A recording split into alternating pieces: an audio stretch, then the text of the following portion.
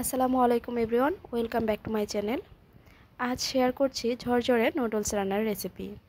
আশা করছি ভিডিওটি সবার কাছে খুবই ভালো লাগবে। তো চলুন তাহলে দেখে নেওয়া যাক নুডলস রান্নার রেসিপি। নুডলস রান্না করার জন্য চলো একটা কড়াই বসিয়ে এর মধ্যে পর্যাপ্ত পরিমাণে পানি ফুটিয়ে নিয়েছি। এখন এর মধ্যে দিয়ে দিব 3 প্যাকেট ম্যাগি নুডলস। এখন এটাকে 80% সিদ্ধ করে নেব। অনেক সময় দেখা যায় নুডলস রান্না করার সময় এটা বেশ আঠালো হয়ে থাকে। তো এই পর্যায়ে এটা সেদ্ধ করার সময় যদি এখানে 1 চা চামচ রান্নার রেগুলার তেল দেওয়া যায় তাহলে এটা আর স্টিকি হবে না। তবে এখানে আমি কোনো রকম তেল ব্যবহার করছি না। নুডলস ঝরঝরে করার জন্য আমি আরও কিছু টিপস আপনাদের সাথে শেয়ার করব। এখানে আমি নুডলস 80%-এর মতো সেদ্ধ করে নিয়েছি। এর থেকে বেশি সেদ্ধ করা যাবে না। খুব বেশি সেদ্ধ করলে নুডলস ঝরঝরে হবে না। এখন এটাকে একটা চালনির মধ্যে ঢেলে দিচ্ছি আর সাথে সাথে ঠান্ডা পানি দিয়ে ভালোভাবে ধুয়ে নিচ্ছি। এভাবে করে ঠান্ডা পানি দিয়ে ধুয়ে নিলে নুডলস রান্না করার পরও খুব সুন্দর ঝরঝরে থাকবে। এখন এটাকে একটা সাইডে রেখে দিচ্ছি আর চুলায় একটা কড়াই বসিয়ে দিয়ে দিচ্ছি পরিমাণ মতো রান্নার রেগুলার তেল। এখন এর মধ্যে দিয়ে দিচ্ছি পেঁয়াজ কুচি। পেঁয়াজটা একটু নেড়ে চেড়ে নরম করে নিব। পেঁয়াজটা যখন কিছুটা নরম হয়ে আসবে এই পর্যায়ে এর মধ্যে দিয়ে দিচ্ছি ফালি করে রাখা কাঁচামরিচ।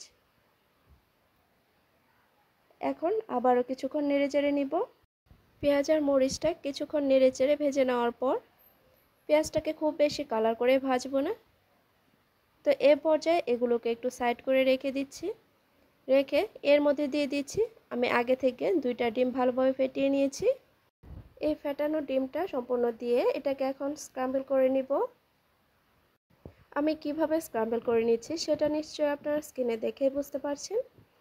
তো এই ডিমটা খুব বেশি ভাজা ভাজা করব না, না হলে ডিমের জুসি ভাবটা আর থাকে না, ডিমটা ড্রাই হয়ে যায়।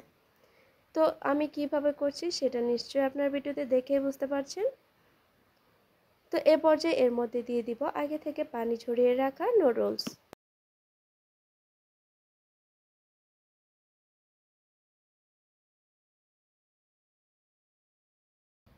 এখন নেড়ে চেড়ে সব কিছু খুব ভালোভাবে মিশিয়ে নিব।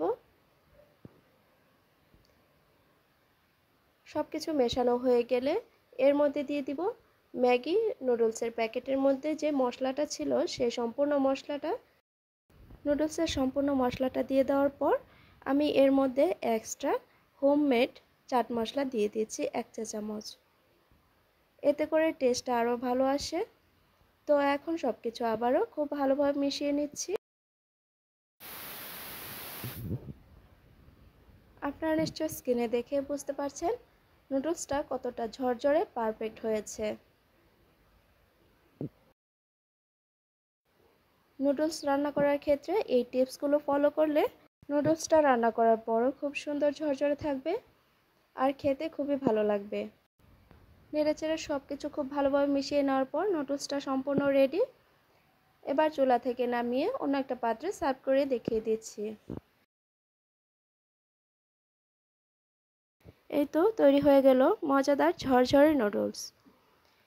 বাচ্চারা সাধারণত নুডলসের মধ্যে সবজিটা খুব বেশি পছন্দ করে না। তো এইভাবে করে নুডলস রান্না করে দিলে বাচ্চাদের সকালে কিংবা বিকেলে অথবা টিফিনেও তারা খুবই মজা করে খেয়ে নেবে আর টিফিন বক্সও খালি আসবে। তো ভিডিওটি যদি ভালো লেগে থাকে লাইক, কমেন্ট এবং শেয়ার করতে ভুলবেন না আর চ্যানেলটি সাবস্ক্রাইব করে পাশে থাকবেন। আজকের মতো এখানেই বিদায় নিচ্ছি। সবাই ভালো থাকবেন, সুস্থ থাকবেন। আল্লাহ হাফেজ।